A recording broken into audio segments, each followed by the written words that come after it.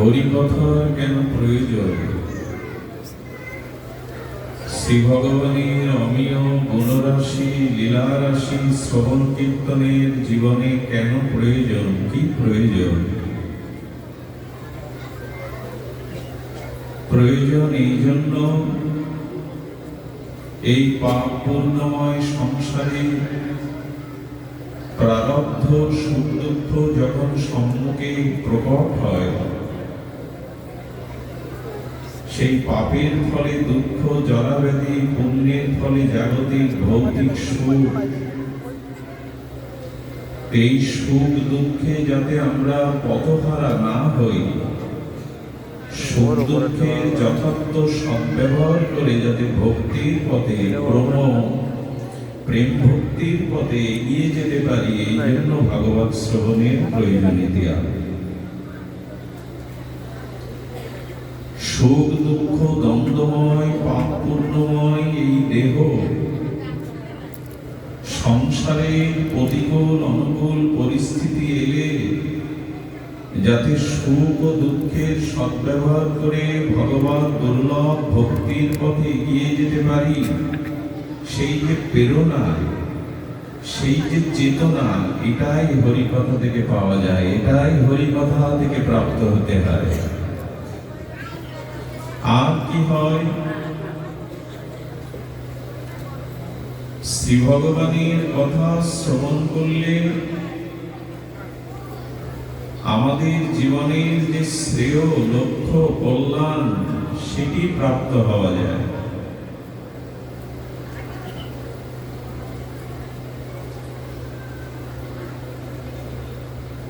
ধর্ম হীনাবি পশুকি সমানা,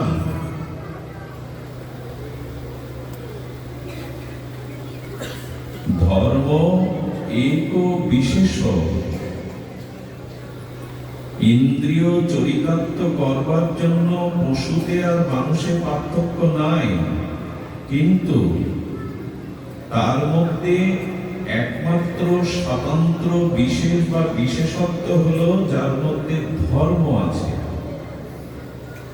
এই ধর্ম, এই ভাগবত অনুশীলন, এই শ্রদ্ধা ভক্তির ক্রম প্রেম ভক্তি প্রাপ্তির একমাত্র সোপান এই সাধু সঙ্গে হরিকথা।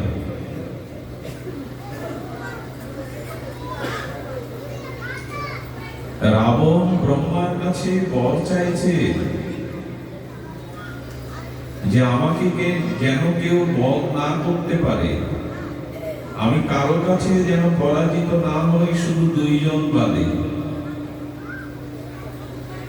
কে কে না বানর এবং মানুষ বাদে আর কোন দেব যক্ষ কিন্নর বা অন্যান্য যারা, তারা আমাকে যেন বধ না করতে পারে। মানুষ এবং বানর এই দুটির কথা রাবণ বললেন না কেন? রাবণ শাস্ত্র জানতেন, বুদ্ধিমান ছিলেন, এই জন্য তিনি মনে করেছিলেন বানরের চঞ্চলতা চপলতা থাকতে পারে, কিন্তু তার শক্তি নাই যে আমাকে বধ করবে। মানুষের কথা কেন বললেন? মানুষ আর বানর ব্যতীত অন্য কেউ আমাকে যাতে বধ না করতে পারে, মানুষের কথা বাদ রাখলেন কেন? রাবণ জানতেন যে মানুষের আকার ধরে এলেও প্রকৃত মানুষ জগতে কম পাওয়া যাবে, প্রকৃত মানুষ বড় দুর্লভ, তো সেই মানুষ না হলে আমাকে কে বধ করবে? মানুষ হবে তারপরে তো বধ করবে। এই জন্য মানুষ আর বানরের কথা ব্রহ্মাজিকে বলছে।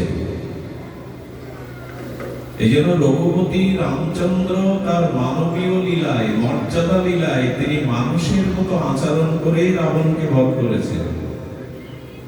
অতি মানবীয় বা অতি দৈব কোন ঘটনা রঘুপতি রামচন্দ্র ঘটাননি। নাহলে জগৎলক্ষ্মীকে উদ্ধারের জন্য সর্বশক্তিমান ভগবানকে সুগ্রীবের সাথে বন্ধুত্ব করতে হয়, বানরের সহযোগিতা নিতে হয়, সবকিছু মানবীয়, সেতু বাঁধতে হয় তাকে। রাবণ জানতেন এই মানুষের অসংখ্য সংখ্যা থাকতেও প্রকৃত মানুষের সংখ্যা খুঁজে পাওয়া যাবে না, তাই মানুষ বানর ব্যতীত অন্য কেউ যাতে আমাকে বধ না করতে পারে। এই জন্য রঘুপতি রামচন্দ্র মানুষ বা মানবীয় লীলার দ্বারা রাবণকে বধ করলেন। এই জন্য শাস্ত্রে বলছে যে ইন্দ্রিয় সংযম, আত্মবিবেক, চেতনাশীল মানুষের বড় অভাব।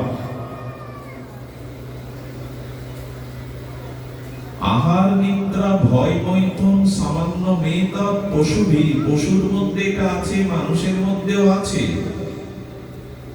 ধর্ম এক বিশেষ, তার মধ্যে যে মানুষের ভিতরে ধর্ম আছে, যথার্থ ধর্ম ধারণ পালন, চরিত্রায়ন, ব্যবহারে আচারে প্রতিফলিত এই মানুষ বা মনুষ্যত্ব, মানবতা, এই জয়গান গেয়েছে এই হরিকথা, এই সাধু সঙ্গ।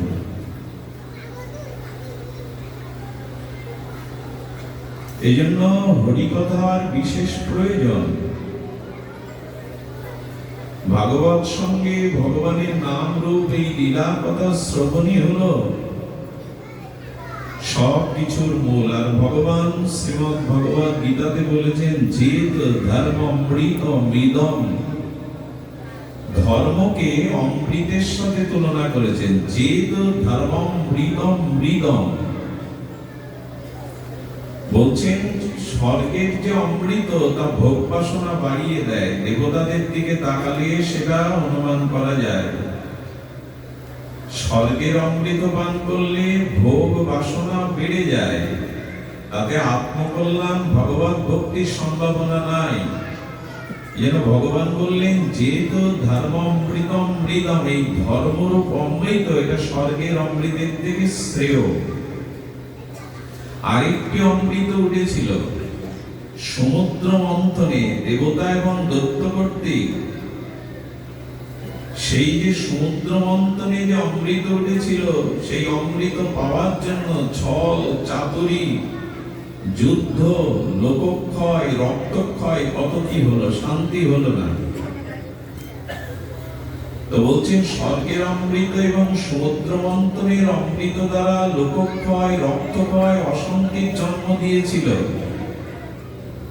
কিন্তু এই যে হরি কথারূপ অমৃত, এই যে ধর্মরূপ অমৃত, এই অমৃত স্বর্গের অমৃতের থেকে, সমুদ্র মন্থনের অমৃতের থেকে বহু বহু গুণ শ্রেয়।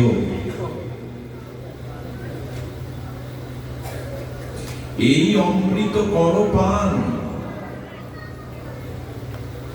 এই যে ধর্মরূপ অমৃত, হরি কথারূপ অমৃত, এটি পান করো। এটি পান করলে কি হবে না, যে মানুষের দেহ, ইন্দ্রিয়, মন, বুদ্ধি, এদের দ্বারা যে বিচার ওঠে, বিকার ওঠে, কামনা বাসনা ওঠে, তা যদি নিয়ন্ত্রিত না হয়, সে মানুষের জীবন বিষময়, ধ্বংসময়, অকল্যাণময় হবেই হবে। দেহ, ইন্দ্রিয়, মন, বুদ্ধি এবং এদের থেকে উত্থিত যে বিচার, এদের থেকে উত্থিত যে কামনা বাসনা, তা যদি আপনার নিয়ন্ত্রণে না থাকে, বহির্মুখ হয়, তবে আপনার ধ্বংস ব্রহ্মাও এড়াতে পারবে না, রক্ষা করতে পারবে না। এই জন্য নিজের কাছে আজ বারবার প্রশ্ন করতে হবে, জিজ্ঞাসা করতে হবে, আত্মসমীক্ষা করতে হবে, আমার দেহ, আমার ইন্দ্রিয়, আমার মন, আমার বুদ্ধি অন্তর্মুখী তো, নিয়ন্ত্রিত তো? যদি এগুলি কারণ নিয়ন্ত্রিত হয় এবং এর থেকে উত্থিত বিচার এবং বাসনা ভগবতমুখী হয়, আত্মকেন্দ্রিক হয়, তাহলে জানবেন আপনি অমৃতেরই সন্ধান পেলেন। আপনি অমৃত পেয়ে এই জরা ব্যাধি দুঃখ সংসার থেকে প্রেম ভক্তি লাভের যোগ্য হলেন। যদি বেদ বেদান্ত শ্রুতি স্মৃতি শাস্ত্র সবকিছু আপনার মুখস্থও থাকে, ঠোঁটস্থও থাকে, আর যদি আপনার দেহ ইন্দ্রিয় মন বুদ্ধি ইন্দ্রিয় সংযত না থাকে, তবে ওই শাস্ত্র জ্ঞান আপনাকে রক্ষা করতে পারবে না। শাস্ত্রের ভাষায় তাকে ঘোর মূর্খ বলা হয়েছে। এগুলি নিয়ন্ত্রণের একমাত্র মহৌষধি, একমাত্র সমাধান, একমাত্র উপায় এই হরি কথা সাধনকে।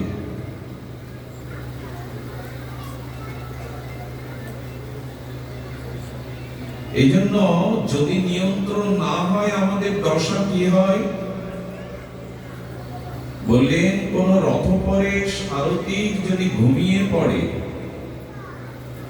সারথি রথ পরিচালনা করতে করতে কোনো কারণে নিদ্রিত হয়ে গেছে, ঘুমিয়ে পড়েছে, তার হস্তের লাগামগুলো শিথিল হয়ে খসে পড়েছে, আর রথের অশ্ব কেউ সামনে, কেউ পেছনে, কেউ ডাইনে, কেউ বামে যাচ্ছে। ওই রথে রথী বা রথে আসীন যে ব্যক্তি, তার দশা যেরূপ হয়, তেমনি যার দেহ ইন্দ্রিয় মন বুদ্ধি সংযত নয়, ভজনের দ্বারা নিয়ন্ত্রিত নয়, ওই লাগাম ছাড়া ঘুমন্ত রথে সারথীর যে দুরবস্থা হয়, আমাদেরও আর সেই অবস্থা। রথ লক্ষ্য পথে যাবে না, ওইখানেই তাকে আঘাতগ্রস্ত হয়ে পড়ে থাকতে হবে। পাহাড়ের উপরে পাথরের উপরে কিছু সরিষার দানা ছড়িয়ে দিন, এরপরে বলুন ওগুলো কুড়িয়ে নিয়ে একত্রিত করো।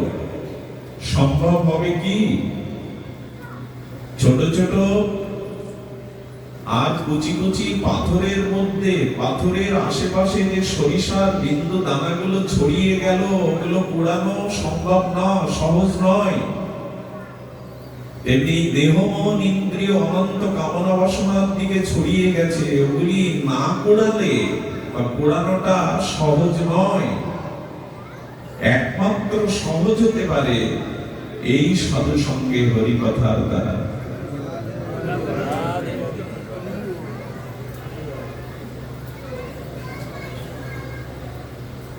এই জন্য শাস্ত্র বলছেন যে দেহ মন ইন্দ্রিয় বুদ্ধি, এদের থেকে যে বিকার, এদের থেকে যে বাসনা কামনা, এটা নিয়ন্ত্রণের জন্য তোমাকে ভগবত কথা শ্রবণ কীর্তন করতেই হবে। ভগবান এই ইন্দ্র সংযমের ব্যাখ্যা করতে গিয়ে কূর্ম অর্থাৎ কচ্ছপের দৃষ্টান্ত দিয়েছেন। বড় মার্মিক এই দৃষ্টান্ত। স্থিতিপ্রজ্ঞ জ্ঞানী ব্যক্তির, ইন্দ্র সংযমী ব্যক্তির দৃষ্টান্তে ভগবান কূর্মের দৃষ্টান্ত দিয়েছেন। কূর্ম মানে কচ্ছপ বলি আমরা যাকে, ও দেখবেন খুব ধীর লয়ে ধীর গতিতে চলে, খুব বিক্ষিপ্ত অবস্থায় চলে না, ধীর লয়ে চলে। প্রজ্ঞাবান স্থিতিপ্রজ্ঞ সেই প্রকৃত ভগবত জ্ঞানী ইন্দ্র সংযমী পুরুষের কথা বোঝাতে গিয়ে ভগবান এই দৃষ্টান্ত দিচ্ছেন। কারণ কচ্ছপ স্থলেও থাকতে পারে, জলেও থাকতে পারে, সব জায়গায় থাকতে পারে। জ্ঞানী ব্যক্তি মন্দ পরিস্থিতির মধ্যে, ভালো পরিস্থিতির মধ্যেও, অনুকূলতার মধ্যেও, প্রতিকূলতার মধ্যে স্থিতি থাকতে পারে।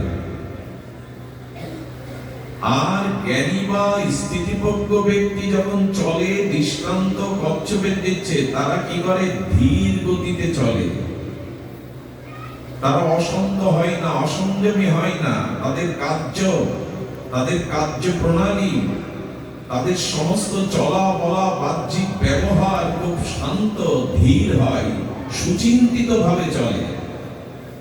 আচ্ছা, যখন কচ্ছপ চলে তখন সমস্ত ইন্দ্রগুলো বাইরে প্রকাশ করে চলে, চারিদিকে দৃষ্টি দিয়ে চলে, যেন পথহারা না হই। সমস্ত ইন্দ্রিয়গুলি বাইরে প্রকাশ করে, কিন্তু লক্ষ্য স্থির রেখে চলে। আচ্ছা, কোন ব্যক্তি যদি তাকে সে বাধাগ্রস্ত করে, হাত দেয়, তখন কি করে? যে ইন্দ্রগুলো প্রয়োজনে বাইরে প্রকাশ করেছিল তাদের আবার সহজ স্বাভাবিক ভাবে ভেতরে নিয়ে নেয়। আমরা পারি তো? চক্ষু, কর্ণ, নাসিকা, জিহ্বা, ত্বক যখন বহির বিষয়ের দিকে, কামনার দিকে ধাবিত হয়, তখন কচ্ছপের মতো প্রয়োজনে সংযমে আমরা ভেতরে প্রবেশ করাতে পারি তো? স্বাভাবিক, জোর করে না, স্বাভাবিক। একেই জ্ঞানী বলে, একেই তত্ত্বজ্ঞ বলে, একেই ইন্দ্র সংযত ব্যক্তি বলে। ইন্দ্রগুলোকে স্বাভাবিক ভেতরে প্রবেশ করা। ওরা যখন বাধাগ্রস্ত হয় তখন প্রতিবাদ করে না, ঝগড়া করে না, উচ্ছৃঙ্খলতা করে না, সময়ের জন্য অপেক্ষা করে। তুমিও সময়ের জন্য অপেক্ষা করো। সময় একদিন কথা বলবে, সময় তোমাকে তার গতিতে লক্ষ্যে পৌঁছে দেবে। অপেক্ষা করো, ধৈর্য ধারণ করো। পরিস্থিতি চিরদিন একরকম থাকবে না, ওরা অপেক্ষা করে। আবার বাধা পেরিয়ে গেলে আপন গতিতে চলতে থাকে। এই ইন্দ্র সংযত, এই তত্ত্বজ্ঞ জ্ঞান না আসা পর্যন্ত, বহিরিন্দ্রিয়গুলি অন্তর্মুখী না হওয়া পর্যন্ত আমাদের স্বস্তি নয়, শান্তি নয়। আর এই হরিকথা ভজন ক্রিয়ার দ্বারা ধীরে ধীরে যখন আমরা সংযত হব, আমাদের চিত্ত শুদ্ধ হবে, আমাদের চিত্তে ভজন ক্রিয়ার দ্বারা, অনাত্ম নিবৃত্তির দ্বারা, নিষ্ঠা রুচির দ্বারা ভাবের উদয় হবে, ভক্তির উদয় হবে, তখনই প্রকৃত অর্থে আমরা রূপ সনাতনের আদর্শকে ধারণ করতে পারবো, গোস্বামীর আদর্শকে ধারণ করতে পারবো। এর আগে জয় রূপ সনাতন ভট্ট রঘুনাথ বলেও কাজ হবে না, যতক্ষণ আপনার ইন্দ্র বহির্মুখ থেকে অন্তর্মুখী না হচ্ছে। আজ গোস্বামীগণের প্রতি যদি শ্রদ্ধা জানাতে হয়, প্রথমেই আমাদের এই সংযত ভাব চাই। কারণ ইন্দ্রিয় সংযত চিত্ত শুদ্ধি না হলে মহাপ্রভুর এই প্রেম ধর্ম, মহাপ্রভুর এই নির্মল আদর্শ, সরগোস্বামীর জীবন চরিত ত্যাগ বৈরাগ্য, এটা আমরা ধারণ করতে সক্ষম নই। ভাব ভক্তি যদি না থাকে কি হয়? সনাতন গোস্বামী শ্রী বৃহৎ ভাগবতামৃতে তিনি এই শ্লোকটি বলেছেন, যদা হি শাখ লবণং বিনৈব আহা ক্ষুদাং বিনা ভক্ত চয় যথা চ বিনা অর্থ বোধদীব শাস্ত্র পাঠ ফলং বিনা রামগণ যথৈব। গোস্বামীপাদ বলছেন, যেমন লবণ বিনা ব্যঞ্জন, অনেক উপচার দিয়ে ব্যঞ্জন তৈরি করলেন কিন্তু লবণ দিলেন না, আস্বাদন হবে কি? এমনি আপনার সবকিছু আছে অথচ আপনার ইন্দ্র সংযত নাই, আপনার মধ্যে সংযত ভাব নাই, বহিরিন্দ্রগুলো আপনি অন্তর্মুখী হতে পারেননি, তো আপনি লবণহীন ব্যঞ্জনের মতো। যদি আপনার ভিতরে ভাব, ভক্তি, প্রেম ভক্তি এগুলি কিঞ্চিত সিন্ধু থেকে বিন্দু না থাকে, তবে কি বলছেন? ক্ষুধা ব্যতীত ভোজ্য সামগ্রীর মতো। ক্ষুধা নাই অথচ সম্মুখে ভোগ্য সামগ্রী আছে। ক্ষুধাই তো নাই, ভোগ্য সামগ্রী থেকে কি হবে? তেমনি ইন্দ্রিয় সংযত দ্বারা তোমার ভিতরে যদি ক্রমান্বতিতে শ্রদ্ধা, ভাব, ভক্তি না থাকে, তবে ক্ষুধাবিহীন ভোগ্য সামগ্রীর মতো যে দশা, আমারও সেই দশা। আর অর্থবোধ ব্যতীত যেমন শাস্ত্র পাঠ। আমরা ভাগবত কথা বলছি, শ্রীমদ্ ভাগবত গীতার কথা বলছি, গোস্বামীগণের কথা বলছি, গুরু কৃপায়, মহৎ সেবায়, সাধু সঙ্গের দ্বারা এর অর্থ বোধ যদি না হয়, আর ওটা যদি বোঝাতে যায় অন্যকে, নিজের এবং অন্যদেরও সর্বনাশের পথ রচনা করা হয়। এই জন্য গুরুমুখী বিদ্যা, সনাতন ধর্মে যা কিছু বিদ্যা, তা গুরুমুখী, আচার্যমুখী হতে হবে। মহৎ সেবা, মহতের সান্নিধ্যে, মহতের থেকে যে তত্ত্ব জ্ঞান আমি লাভ করব, ওই শাস্ত্রের যথার্থ অর্থ বোধ জেনে তবে পাঠে বসতে হবে। আমি আবেগে ভাবাবেগে শাস্ত্রের যথার্থ অর্থ না বুঝে যদি প্রচার করি, সেটা আমার এবং অন্যের অহিতের কারণ হবে, হিত কখনো হবে না। এই জন্য শাস্ত্রের অর্থ শ্রীগুরু আচার্য সান্নিধ্যে সেবার দ্বারা জেনে তবে আমাদের উচিত শাস্ত্র ব্যাখ্যা করা। আর কি বলেছেন? বলেছেন যেমন ফল আর ফুলবিহীন বাগিচা, বাগান, বড় সুন্দর করে বাগান করলেন, ফুলও ফলের, কিন্তু ফুলও হয় না, ফলও হয় না, সে বাগানের অর্থ আছে কি? সে বাগান করে লাভ কি? যদি ফল এবং ফুল না হয় তাহলে সেই বাগান বৃথা। তেমনি ভজন সাধন করে, সাধু সঙ্গ করে, হরিকথা শুনে যদি সেই ফুল রূপ আমার মাধুর্যের স্বভাব, আমার ভেতরে সুব্যবহার, সুমানসিকতা, সুমানবিকতা না জাগে, আর সেই ভাবরূপ ভক্তিরূপ ফল না ফলে, তবে এই বাগান তৈরি করেও লাভ কি? 7 দিন হরিকথা হলো, তাতে আমাদের চিত্ত শোধন হলো না, আমাদের পরিবর্তন হলো না, আমাদের ভিতরে ভজন এলো না, এই বাগান ফলহীন আর ফুলহীন। শুধু কিছু অর্থ ব্যয় হলো, লাইট প্যান্ডেল হলো, হই হুল্লোড় হলো। বাগান লাগালে তো ফল ফুল ধরবে, না হলে তার সার্থকতা কোথায়? এই জন্য বললেন যে ভজন জগতে প্রথমেই প্রয়োজন আমাদের সংযত হওয়া। আমাদের গোস্বামীগণ তাদের পরিচয় আমরা বিশ্রাম কীর্তনে, বিশ্রাম বলতে অনুষ্ঠানের শেষ লগ্নে হরি হরায় নম কৃষ্ণ যাদবায় নম, এই ভজনটি, এই কীর্তনটি করা হয়।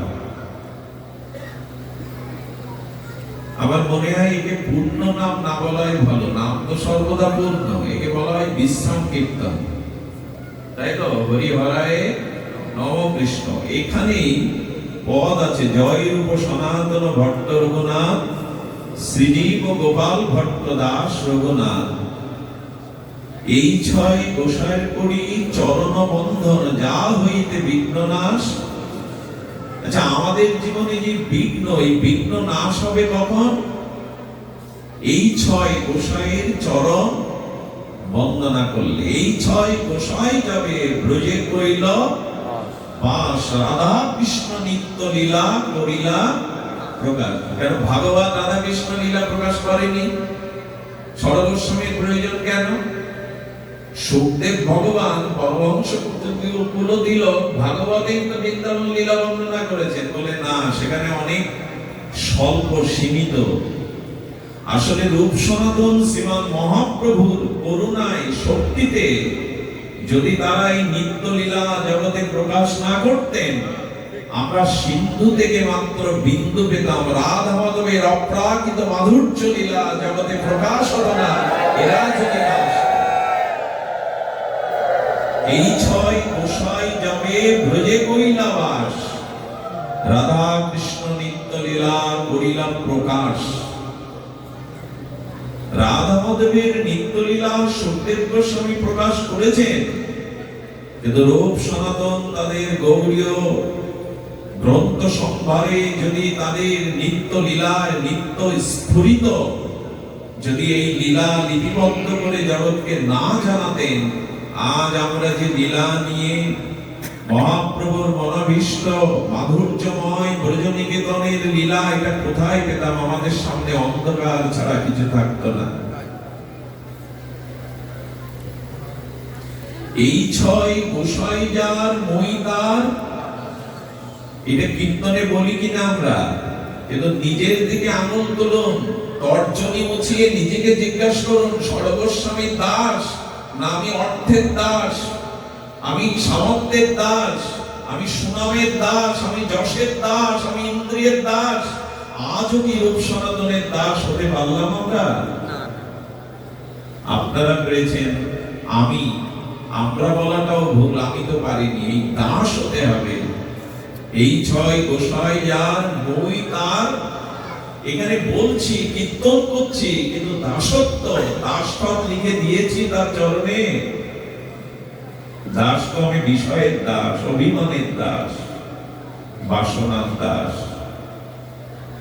এই ছয় গোসাই যার মই তার দাস, তা সবার পদরেণ মোর পঞ্চগ্রাস।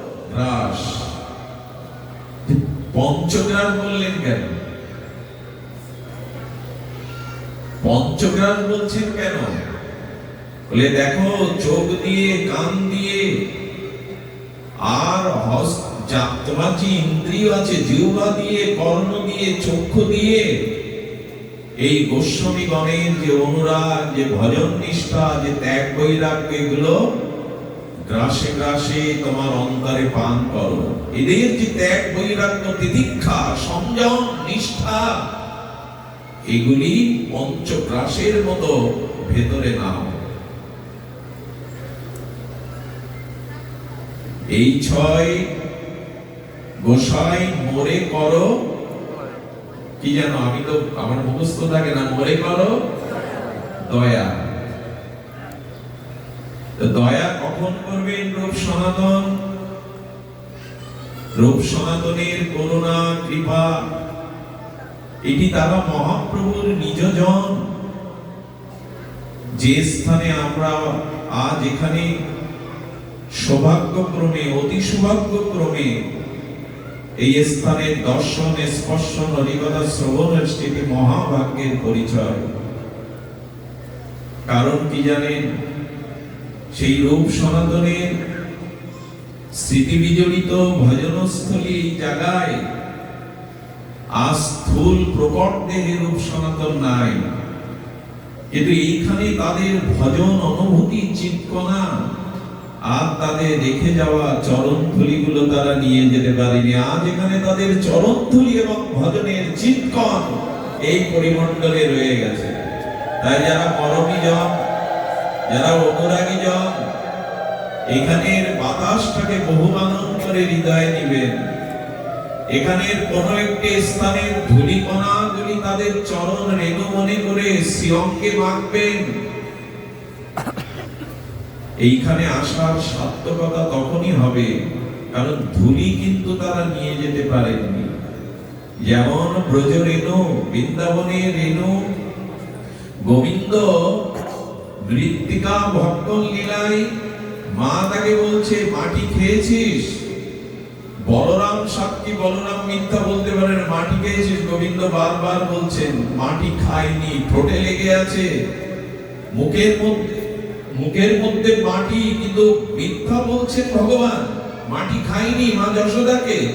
গোবিন্দ মিথ্যা বলতে পারেন না, সচ্চিদানন্দ ভগবান মিথ্যা উচ্চারণ করতে পারেন না। লীলাময় বলছেন ওইগুলো মাটি নয়। ব্রজের রেণু কখনো যেন মাটি মনে না করে। এই ব্রজের রেণু, রাধা রানীর চরণের অনুরাগের রেণু, এটা মাটি নয়। এই যেন ব্রজের রেণু, এটি মাটি নয়, এটি প্রেম অনুরাগের চিৎকন, রাধা রানীর চরণের প্রেম অনুরাগের চিৎকন। বৃন্দাবনের রেণুকে কেউ মাটি মনে করলে তার অপরাধ হবে। ব্রহ্মাদি তপস্যা করেও বলছেন ব্রজের রেণু হওয়ার ভাগ্য আমার নাই। তাহলে সেই রেণু মাটি হতে পারে অন্য 10 জায়গার মাটির মতো? রাধারানীরই অনুরাগের স্বরূপ হলো ব্রজ রেণু। এই গোবিন্দ মিথ্যা বলছেন না, আমি মাটি খাইনি, আমি রাধারানীর অনুরাগের প্রেম মাখা রেণু খেয়েছি, মাটি খাইনি। এখানের ধূলিকণাগুলো অন্য জায়গার ধূলি বলছে, দেখছি তো ধূলিকণা, গায়ে লাগলে তো ঝেড়ে ফেলে দিচ্ছি, ওটাই তো আমাদের অন্তরায় হয়ে গেল। ধূলি মাখো মাখরে এই না ব্রজের, এটা গাইছি, কীর্তন করছি, মাতাচ্ছি, কিন্তু অনুভবে আসছে তো। এখানে কারো চরণে হাত দিয়ে প্রণাম করার প্রয়োজন নাই। অনেকের মনে হয় যদি গিয়ে সামনে একটু প্রণাম করতে পারতাম। প্রণামের দরকার নেই, কেন জানেন? এখানে যাকে প্রণাম করতে চায় তার থেকে মূল্যবান তার চরণের ধুলিটা এখানে পড়ে আছে, ওই ধুলিটাই নিন। হুড়োহুড়ি করে ওকে লাফিয়ে চরণে প্রণাম করার দরকার নেই, তার ধুলিটা তিনি এখান থেকে নিয়ে যেতে পারেন, এখানেই সুরক্ষিত আছে। মই তার দাস, সবার চরণে রেণু মোর পঞ্চ, অর্থাৎ তাদের চরণে রেণু মানে তাদের অনুরাগ গুলি যেন আজ আমি অন্তরে গ্রহণ করতে পারি, হৃদয়ে গ্রহণ করতে পারি। গ্রাসের মতো আহার কাকে বলে? বাহিরের বস্তুকে ভেতরে গ্রহণ করা, আহরণ করা, তাকে বলে আহার। তেমন এই গোস্বামীগণের ত্যাগ, তিতিক্ষা, ভজন নিষ্ঠা, অনুরাগ আমি পঞ্চগ্রাসে যেন আমার ভেতরে গ্রহণ করতে পারি, এই তো।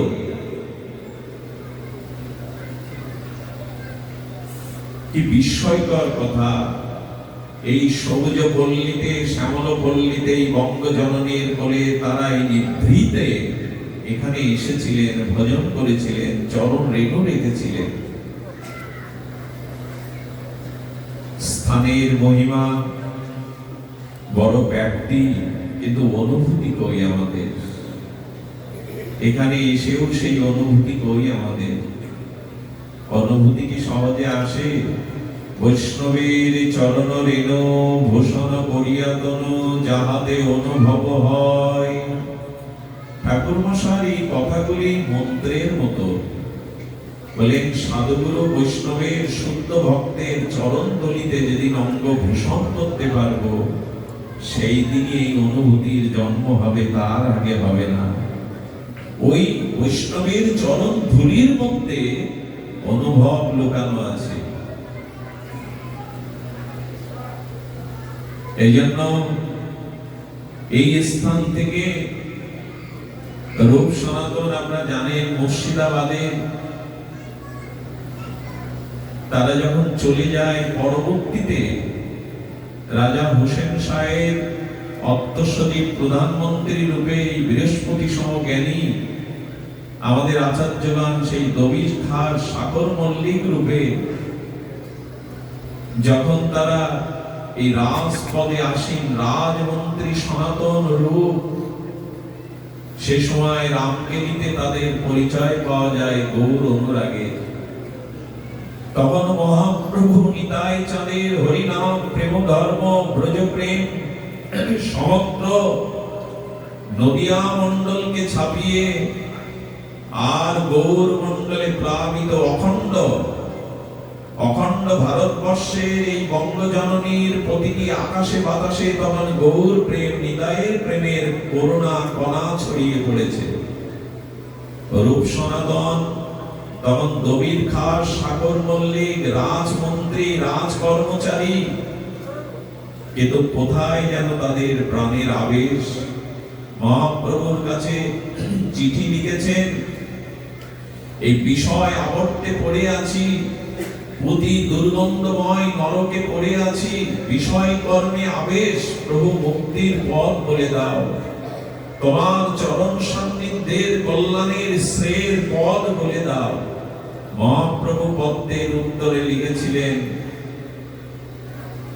লিখেছিলেন, দেখো অতিভ্রষ্ট কোলোটা রমণীর মতো তোমরা বিষয়ের মধ্যে থাকো, কিন্তু সেই বিষয় থেকেও তোমরা ওই কোলোটা রমণী পরপুরুষের চিন্তায় যেমন রত হয়, তেমনি করে তোমরা পরমপিতা শ্রী পরমপতি গোবিন্দের চিন্তা করতে থাকো। সেই চিন্তায় তারা ছিলেন। সময় পেলেই তারা শাস্ত্র অনুশীলন করতেন, দুই ভাই মিলে শাস্ত্রের সিদ্ধান্ত মঞ্জুষাগুলো আলোচনা করতেন এবং তারা বিগ্রহ সেবা করতেন।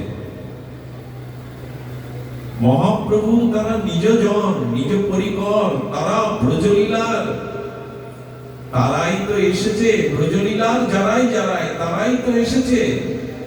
সংস্কার যাবে কোথায়? এই জন্য এক জন্মের সংস্কারে রতিমতি হয় না। এই হরিকথাতে রতিমতি, সাধুচরণে আসক্তি, ভগবত ভজনে অনুরক্তি, অনুরাগ, এগুলো এক জন্মের স্বীকৃতি সৌভাগ্যে হয় না। বহু জন্মের স্বীকৃতি সৌভাগ্য রাশিকৃত একত্রিত হলেই তবে এই অনুরাগ জন্মায়। যারা আজ দূর দূরান্ত থেকে এসেছেন, আমি তো ভাষা হারিয়ে ফেলছি, বিষয় হারিয়ে ফেলছি আপনাদের অনুরাগ দেখে। মোস্তফাপুর এখানে, ট্যাকেরহাট এখানে, হ্যাঁ আশেপাশে ভক্তরা এসেছেন, কিন্তু তারা কত দূর থেকে এসেছেন, কত অনুরাগ। এই অনুরাগ এক জন্মের স্বীকৃতিতে হয় না, অনেক জন্ম ধরে এই পদে আসা যাওয়ার স্বীকৃতি আছে বলেই আপনারা এসেছেন, এক জন্মের স্বীকৃতি নয়।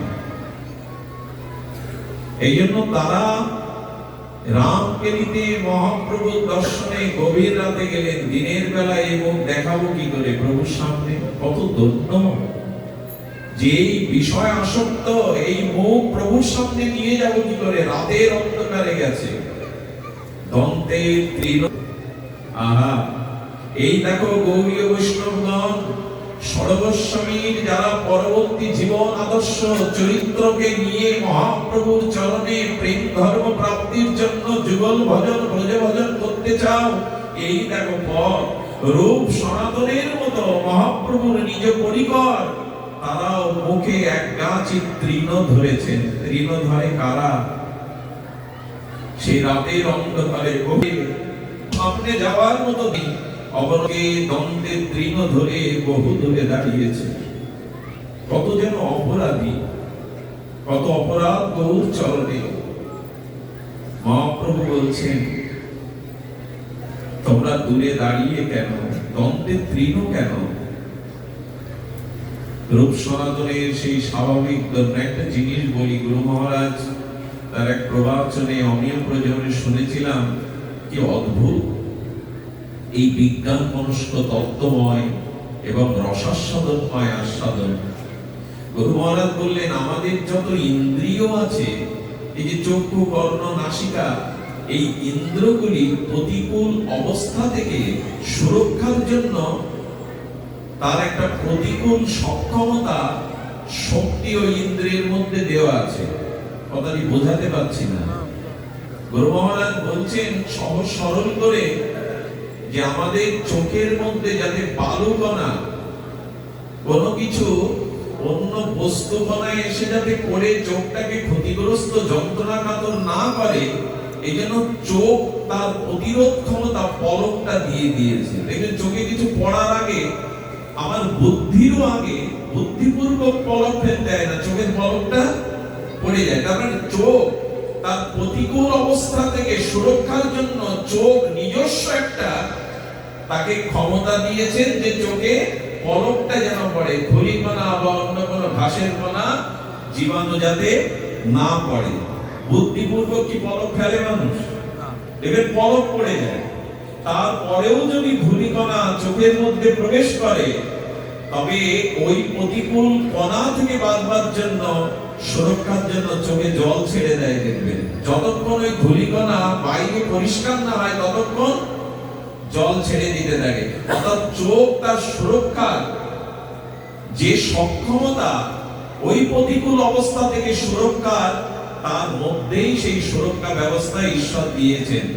এবং গুরু মহারাজ বললেন, ভজনকে যদি সুরক্ষা করতে চাও, সেই গুরু কৃপা ভজন মহিমাকে যদি নিজের ভিতরে সুরক্ষা করতে চাও, অপরাধে যদি ধ্বংস না হতে চাও, তবে তোমার মধ্যে এই সুরক্ষা কবচ দেওয়া আছে, সেটা হলো দৈন্য। আমি সবার নিচে, সবার পিছে, এই দৈন্যই তোমাকে সুরক্ষা দেবে।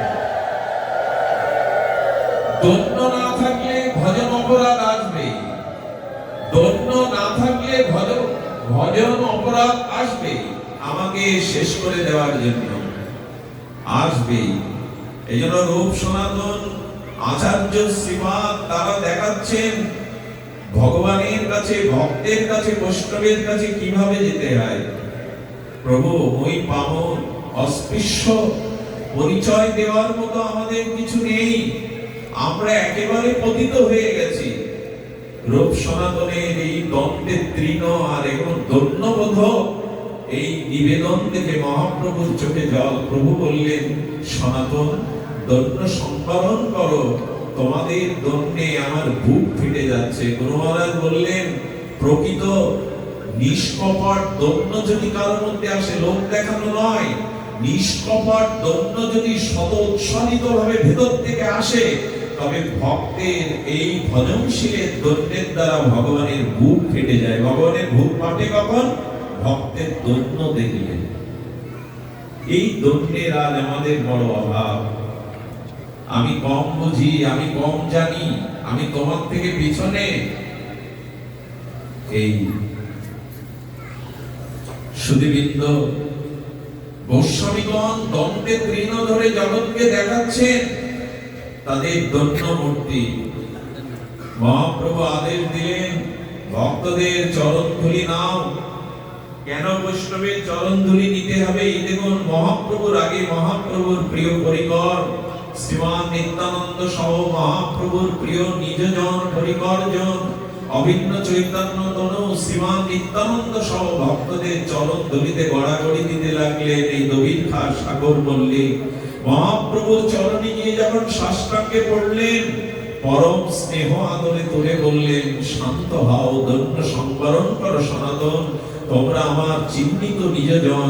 এই জগৎ কল্যাণে ব্রজপ্রেম প্রীতারণে মঞ্জরি ভাব সাধনার প্রচারে তোমরা এসেছো।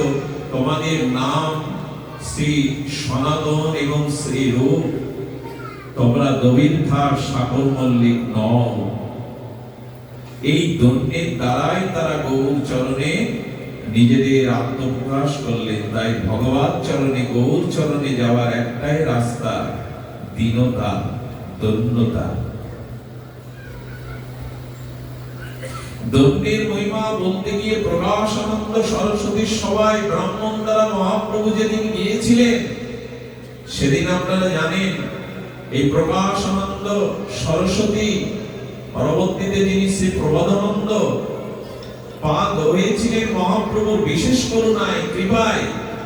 তিনি বড় একটা আসনে আসীন ছিলেন, পাশে একটা আসন রেখেছে একটু নিচে, কারণ চৈতন্য দেব এসে আমার থেকে একটু নিচে আসনে বসলেই ওই বসাতেই প্রমাণ হবে কে শ্রেষ্ঠ আর কে শ্রেষ্ঠ নয়। তুমি যে এক ধাপ নিচে, এই আসনে আমরা প্রমাণ করে রেখেছি, কিন্তু মহাপ্রভুর দৈন্য দেখুন। আপনারা নিশ্চয়ই শুনছেন মন দিয়ে, প্রকাশানন্দ সরস্বতী ব্রহ্ম তেজ যার মধ্যে বিকশিত, সহস্র সহস্র শিষ্য পরিবেষ্টিত, তিনি উচ্চ আসনে বসেছে। একটা নিচ আসন শিবাদ মহাপ্রভুর জন্য রেখেছে, যে শিবাদ আসলে এই আসনে বসবে। ওই আসনে বসলেই তো প্রমাণ হয়ে যাবে প্রকাশানন্দ সরস্বতী উত্তম আর তুমি মধ্যম। এই সিদ্ধান্ত আগেই বিচার করে আসন পেতে রেখেছে। মহাপ্রভু কোথায় বসলেন? মহাপ্রভু সেই সুযোগ দিলেন না, গিয়ে বসলেন ভক্তরা যেখানে চরণ ধৌত করে, আর ওখানে কদ্দমাক্ত কাদা হয়ে গেছে, সেই হীন জায়গায় গিয়ে মহাপ্রভু প্রণাম করে বসে পড়লেন। আরে এখানেই তো প্রকাশানন্দ সরস্বতী পরাজিত হয়ে গেল, তার সমস্ত পরিকল্পনা। আরে এখন তো দেখছি তিনি যেখানে বসেছেন এই প্রমাণ করার সুযোগ দিল না যে তুমি আমার থেকে এত দৈন্য, এত তার দিব্য তেজ, যেন শত সূর্য প্রভা তার অঙ্গ জ্যোতি থেকে প্রকাশ হচ্ছে। তারপরে তো বুঝলেন ইনি সাধারণ না, শিবাদ হেও জায়গায় কেন বসেছেন? আপনার জন্য আসন আছে। আমার বলবার অধিকার কই? দশনামী সম্প্রদায়ের আমি আপনাদের সম্প্রদায়ের থেকে অনেক পিছিয়ে, আপনারা আমার উত্তম, তাই ওখানে বলবার যোগ্যতা কই? এই দৈন্যই প্রভুকে চিনিয়ে দিল। ওই শত সহস্র ব্রহ্মজ্ঞানী, জ্ঞানের অহংকারী যারা ছিল, ওইখানেই মহাপ্রভু দৈন্য দ্বারা পরাস্ত করে দিল। বৌদ্ধ সাধুরা সবাই তার্কিক, সবাই পণ্ডিত, 8 থেকে 80 সবাই পণ্ডিত। মহাপ্রভু তার মধ্যে গিয়ে বসলেন, আর বসেই প্রভু এক লীলা প্রকাশ করলেন। তার্কিকদের সাথে তর্ক করতে যাবেন না, ওইখানে নীরব থাকবেন। তর্কের দ্বারা, কুতর্কের দ্বারা ভক্তি প্রেম স্থাপিত হয় না, দূরে সরে যায়।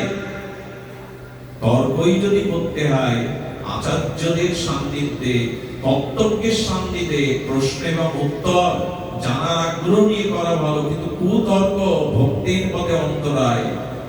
মনে পড়ে এই সেই শ্রী রূপের কথা। জীব গোস্বামী 13 বছর বয়স বয়স দিগ্বিজয়ী পণ্ডিতকে এক বাক্যেই বিজয় গৌরব পতাকা লিখে দিয়েছিলেন রূপ গোস্বামী পাদ। আপনি শ্রেষ্ঠ, আপনি পণ্ডিত, বিজয় পতাকা লিখে দিলেন, বিজয় গৌরব পতাকা নিজে পরাস্ত হয়ে এক বাক্যেই লিখে দিলেন রূপ গোস্বামী। জীব গোস্বামী যমুনায় স্নান করতে এসে তাকে বিজয় ডঙ্কা বাজিয়ে হাতি ঘোড়া নিয়ে শ্রীরাম বৃন্দাবনে এই ভক্তিময় ভূমিতে এই সন্ধিনীর আধারে শ্রীরাম বৃন্দাবনের যে কমল ভক্তির পদ্মের উপরে এই দাম্ভিক দিগ্বিজয়ী পণ্ডিত যেন হস্তির পা রেখে চলেছে, বৃন্দাবনের শোভাকে ভক্তির কমলতাকে বিনষ্ট করে পাণ্ডিত্যের ধ্বজা তুলে চলেছে, যে রূপ সনাতন পরাস্ত হয়েছে, আমি দিগ্বিজয়ী। গুরুদেবের এই পরাজয়, এটি পরাজয় নয়। 13 বছরের জীব গোস্বামী বললেন, বৃন্দাবন থেকে বিজয় পতাকা নিয়ে যাওয়ার আগে, বিজয় পত্র নিয়ে যাওয়ার আগে এই বালকের সাথে আপনি বসুন, আমাকে পরাস্ত করুন। আপনারা জানেন এই জীব গোস্বামী রূপ গোস্বামীর অশেষ বিশেষ করুণা, ইনি অনুপমের পুত্র। রূপ সনাতন অনুপম, এই অনুপম ছোট হলেও তিনি বৃন্দাবন যাত্রায় যেতে যেতে দেহ ত্যাগ করেন, আর এই অনুপমেরই পুত্র হলো জীব গোস্বামী পাদ, রূপ সনাতনের ভ্রাতুষ্পুত্র। এই 13 বছর বয়সে বেশিক্ষণ লাগলো না এই পণ্ডিতকে পরাস্ত করতে।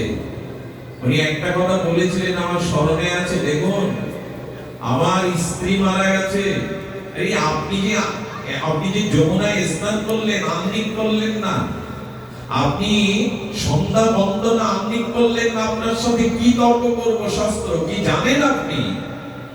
জীব গোস্বামী উত্তর দিলেন, এই বিদগ্ধ দার্শনিক আচার্য আমাদের গোস্বামীগণের, তিনি বললেন আমার স্ত্রী মারা গেছে, স্ত্রী মারা যাওয়ার পরে এক কন্যার জন্ম হয়েছে, আর কন্যার জন্ম হওয়ার সাথে সাথে আমার বিধি, আমার সন্তানিক সব চলে গেছে, কারণ সূর্য উদয় হলে ওখানে আর সন্ধ্যা নামে না, ওখানে সন্ধ্যার কোনো চিহ্ন লক্ষণই থাকে না।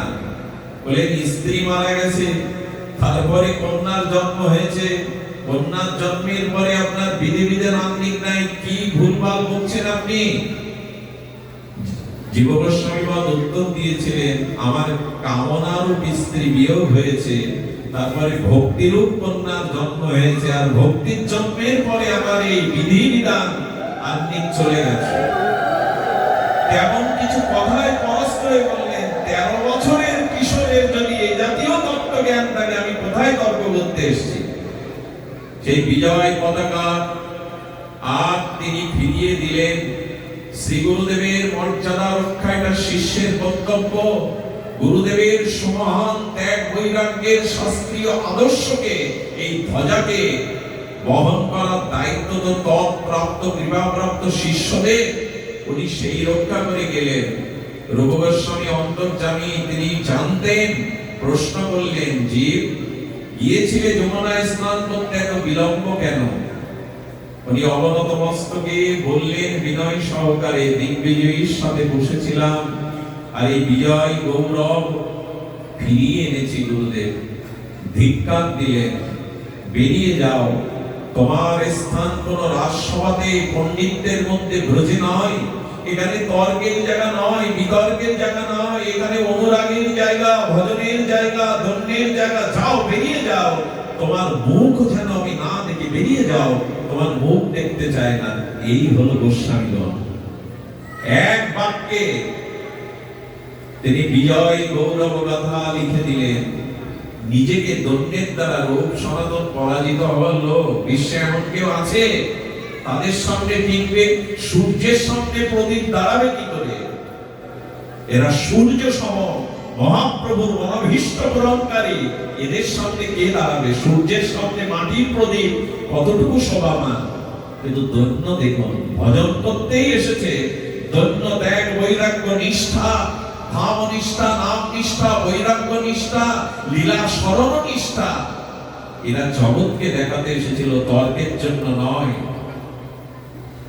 চলে যাও। এই আজ্ঞায় জীব গোস্বামী যমুনার তীরে, যেখানে কুমিরের একটা বাসা, ওই বাসায় মাটি খেয়ে কয়েক মাস অনেক গোপাল চন্দ্র নামক এই বিখ্যাত গ্রন্থ রচনা করেছিলেন। বিখ্যাত গোপাল চন্দ্র এই গ্রন্থ ওইখানে মাটি খেয়ে গিয়ে পেট ফুলে গিয়েছিল। দেখুন, গুরুদেব দাঁড়িয়ে দিয়েছে, তর্ক করতে বৃন্দাবনে এসেছো, পাণ্ডিত্যের গৌরব দিতে বৃন্দাবনে এসেছো। পাণ্ডিত্য তাদের ছিল, কিন্তু তর্কের কথা বলেননি, যাও মুখ দেখবো না। জগৎকে শিক্ষা দিচ্ছেন, ভেতরে অনুরাগ ছিল। ঠিকই তো বলেছে জীব গোস্বামী, গুরুদেবের মর্যাদা রক্ষা করবে না, কিন্তু জগৎকে শিক্ষা দিচ্ছেন ব্রজধাম ভজন। এখানে তর্কের জন্য, সম্মানের জন্য নয়, সম্মান তো তারা চায়নি। সুধীজন, এই হলো গোস্বামীগণের চরিত্র। আমাদের শ্রীল ঠাকুর নরোত্তম এই যে প্রেম ভক্তি চন্দ্রিকা, এই যে শাস্ত্র, নিখিল শাস্ত্রের সার সিদ্ধান্ত কোথা থেকে পেলেন? জীব গোস্বামী পাদ ওনার শাস্ত্র গুরু, এদের থেকে এই সিদ্ধান্ত মঞ্জুষা জানিয়েছেন। সিদ্ধান্ত জানতে গেলে, ভজন নিষ্ঠা জানতে গেলে, উপাস্য তত্ত্ব জানতে গেলে, আর আমাদের প্রেম ভক্তি মহাপ্রভুর যে নিয়ে আসা অনবদ্য পরম অবদান, এটি গোস্বামীগণের আনুগত্য ছাড়া পাওয়া সম্ভব নয়। এই জন্য রূপ সনাতনের চরণের দাসানুদাস হয়ে তাদের দিকে চেয়ে থাকতে হবে। তাদের ত্যাগ বৈরাগ্যই আমাদের আজ এই অন্ধকারের পথে, কোলাহলের পথে, এই কাল কবলিত কলির ঘোর অন্ধকার তিমিরের মাঝে পথ দেখাতে পারে। গোস্বামীগণের আনুগত্য, গোস্বামীগণের চরণাশ্রয়, তাদের শাস্ত্রীয় সিদ্ধান্তের পথে চলা, সেটি জানিয়েছেন গোস্বামীগণ। রূপ সনাতনের ত্যাগ বৈরাগ্যের কথা আপনাদের জানা সকলে, বরঞ্চ আমি এসেছি আপনাদের কাছে জানতে, শিখতে, অনুকম্পা নিতে। অনন্ত সাগরের মধ্যে, রত্নাকরের মধ্যে যে মণিরত্ন আছে, তার ডুবুরি ছাড়া তো অন্বেষণ করা যায় না। সেই ডুবুরি তো হতে পারলাম না। রূপ সনাতনের এই ত্যাগ বৈরাগ্যে কাশীতে, বারাণসীতে 2 মাস ব্যাপী সনাতনকে মহাপ্রভু ভক্তি সিদ্ধান্ত জানিয়েছিলেন। রূপকে বলেছিলেন, শ্রীরূপ গোস্বামীকে, বৃন্দাবনের রসকেলি বার্তা প্রকাশ করো তোমরা। জগদাজ ব্রজ ভুলে গেছে, সেই মাধুর্য নিকেতনের প্রেম মন্দিরের নিত্য বিলাস রাস ভুলে গেছে, সেই নিকুঞ্জ মন্দিরের প্রেম সেবা ভুলে গেছে। যাও, লুপ্ত তীর্থ উদ্ধার করে তোমরা এই ভক্তি সার সিদ্ধান্তকে প্রতিষ্ঠা করো, আর এই যুগল ভজনে জগতে প্রকাশ করো। গোস্বামীগণ না এলে আজ অন্ধকারে থেকে যেতাম আমরা। আজ অন্ধকার ছাড়া আমাদের সামনে এই যে অষ্টকালীন কীর্তন কোথায় পেতাম বলুন তো, রূপ সনাতন না জানলে? এই যে অষ্টকালীন কীর্তন, এই যে অষ্টকালীন লীলা স্মরণ, তাদেরই অবদান। সুধীবৃন্দ, এই অবদান তারা তাদের 56 দণ্ড ভজন ছাড়া থাকতেন না। আহারে, 56 দণ্ড ভজন, 4 দণ্ড বিশ্রাম, তার মধ্যে রাধা মাধবের লীলা দেখতেন। রূপ গোস্বামী কিভাবে বৃন্দাবন লুপ্ত তীর্থ উদ্ধার করেছেন জানেন? গ্রন্থ দেখতেন। এই জায়গাটাই তো প্রভু সেই লীলাস্থলী, কিন্তু কোনো প্রকাশ তো নাই।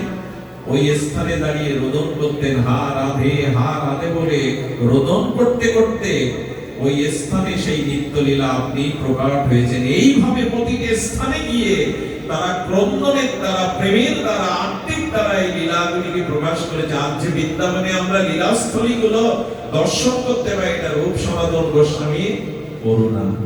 কোথায় বৃন্দাবন? জন অরণ্য, সেখানে কেউ নেই। জন অরণ্যের মধ্যে সেই 2-4 জন বিরক্তিজন আছে, তারা আবার বেরোয় না। বৃন্দাবন জন অরণ্য হয়ে গেছে, লোকশূন্য হয়ে গেছে, কেউ নেই। সেই প্রথমেই সুবুদ্ধি রায়, এরপরে ঠাকুর মশাই, গুরুদেব এমনি করে হাতে গোনা 2-4 জন তখন ব্রজে মহাপ্রভুর কৃপায় পড়েছিলেন। সুবুদ্ধি রায় বৃন্দাবনে গিয়েছিলেন, আর মহাপ্রভু আপনারা জানেন সুবুদ্ধি রায়কে আর জল খাইয়েছিল। সেই শাসক যখন জল খাইয়েছিল, ধর্ম ধর্ম গেল বলে তাকে জাতিচ্যুত হতে হলো। কাশ্মীরি পণ্ডিতদের কাছে বিধান চাইলো, আর সেই বিধান কি দিল জানো? তপ্ত ঘৃত পান করে মরাটাই তোমার প্রায়শ্চিত্ত। আরে বাবা, যদি মরেই গেল তো প্রায়শ্চিত্ত কি হলো? মহাপ্রভু শরণ নিলেন, চরণে গিয়ে পড়লেন, প্রভু প্রভু কৃপা করো, এই স্খলিত সমাজ জাতি আমাকে চ্যুত করেছে, ত্যাগ করেছে, আমাকে উপায় করো। মহাপ্রভু সহাস্য বদনে অভয় দিয়ে বললেন, ব্রজে যাও। ব্রজে গিয়ে এক কৃষ্ণ নামে সমস্ত পাপ ক্ষয়, এক কৃষ্ণ আর কৃষ্ণ নাম লইতে প্রেমের উপচয় যাও। কি করতেন জানেন? নিত্য নিরন্তর সেখানে ভগবানের নাম দিতেন। ব্রজে জঙ্গল থেকে কিছু কাঠ কিনে মথুরার বাজারে, তখন মথুরাতেই বাজার, মথুরার বাজারে বিক্রি করে চা দুয়ানা পেতেন। প্রত্যেকে সামান্য আটা কিনে আর তাতে একটু ওই যে যমুনার জল দিয়ে মাখিয়ে পেতেন, আর বাকি অর্থগুলো রেখে দিতেন, যদি কোনো কাঙাল ভক্ত আসে যেন তাদের সেবায় লাগে। একজন রাজা সুবর্তী রায় মহাপ্রভুর করুণায় শ্রীরাম বৃন্দাবনে এইভাবে কঠোর সাধনার দ্বারা ভজন করে তারা কল্যাণ, প্রেম, ভক্তি পেয়েছেন। রূপ সনাতন যখন গেল তখন সহজ নাই, কঠিন নাই। একাক বৃক্ষতলে একাক রাত্রি বাস। পণ্ডিত প্রবাদ বড় পণ্ডিতজি, এই নৈয়ায়িক আচার্য, বিশ্ব দার্শনিক প্রবল, তিনি বলছেন একাক বৃক্ষতলে কেন বাস করতেন রূপ সনাতন গোস্বামীগণ? কেন জানেন? এই বৃক্ষগুলি বৃন্দাবনের লীলা সাক্ষী। তারা যোগী, ঋষি, মুনি, তারা বহু যুগ যুগান্তর তপস্যা করে ব্রজের বৃক্ষ হয়েছে। সেই ব্রজের নিকুঞ্জ মন্দিরের শ্যাম সমা প্রিয়া প্রিয়তমের লীলা দর্শনের জন্য তাই রাতে গিয়ে বৃক্ষকে জড়িয়ে ধরে কাঁদতেন। বলতে পারো কোথায় তার নিত্য লীলা? কোন বৃক্ষে, কোন বনে তার লীলা? এই জন্য একাক রাত্রি একাক বৃক্ষ তলে বাস করতেন এই অনুরাগে। তোমরা বলে দাও, তোমরা লীলা সাক্ষী, কোথায় প্রভু প্রিয়া প্রিয়তমের লীলা? আমরা বৃক্ষ দেখলে মনে করি তো, ব্রজের বৃক্ষগুলিকে তো মনে করি তো তোমরা লীলা সাক্ষী। এই জন্য রূপ সনাতন একাক রাত্রি বাস করেছেন।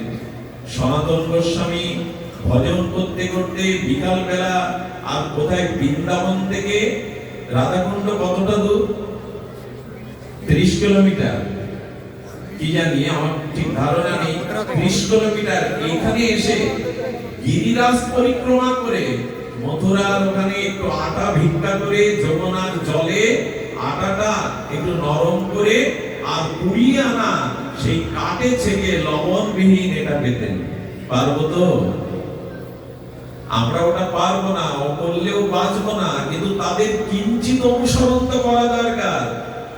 ভালো না খাইবই, ভালো না পরিবে, কোথায় এসব বাণী? কোথায় রূপ সনাতনের আদর্শ? তার মদন মোহনকে তিনি যখন সবজি সিদ্ধ করে দিয়েছেন, মদন মোহন তো সাক্ষাৎ ঠাকুর, প্রকট বিগ্রহ, চেয়ে চেয়ে কথা বলতেন। আর বললেন, সনাতন একটু শাক সিদ্ধ করে দিয়েছো, লবণ না দিলে কি পাওয়া যায়? সনাতন মৃদু এসে বললেন, আজ লবণ চাইবে, কাল ঘি চাইবে, তোমার এই সব উপচার দেওয়ার জন্য তো এখানে আসেনি। যদি তোমার ইচ্ছা হয় যুগ আর সাত জাগে তো ধনীর গৃহে যাও না, কত বড় বড় ধনী আছে, যাও। আচ্ছা, এই যে মদন মোহন, এটা কিন্তু বৃন্দাবনের এক বিধবা মাতাজি সেবা করতেন। সনাতন গোস্বামী পেয়েছিলেন ওনার কাছ থেকে। সনাতন আবার ওই মায়ের কাছে মদন মোহন দর্শন করতেন, আর ওই মায়ের কাছেই মাদুকরি নিতেন, অন্য কোথাও তেমন যেতেন না।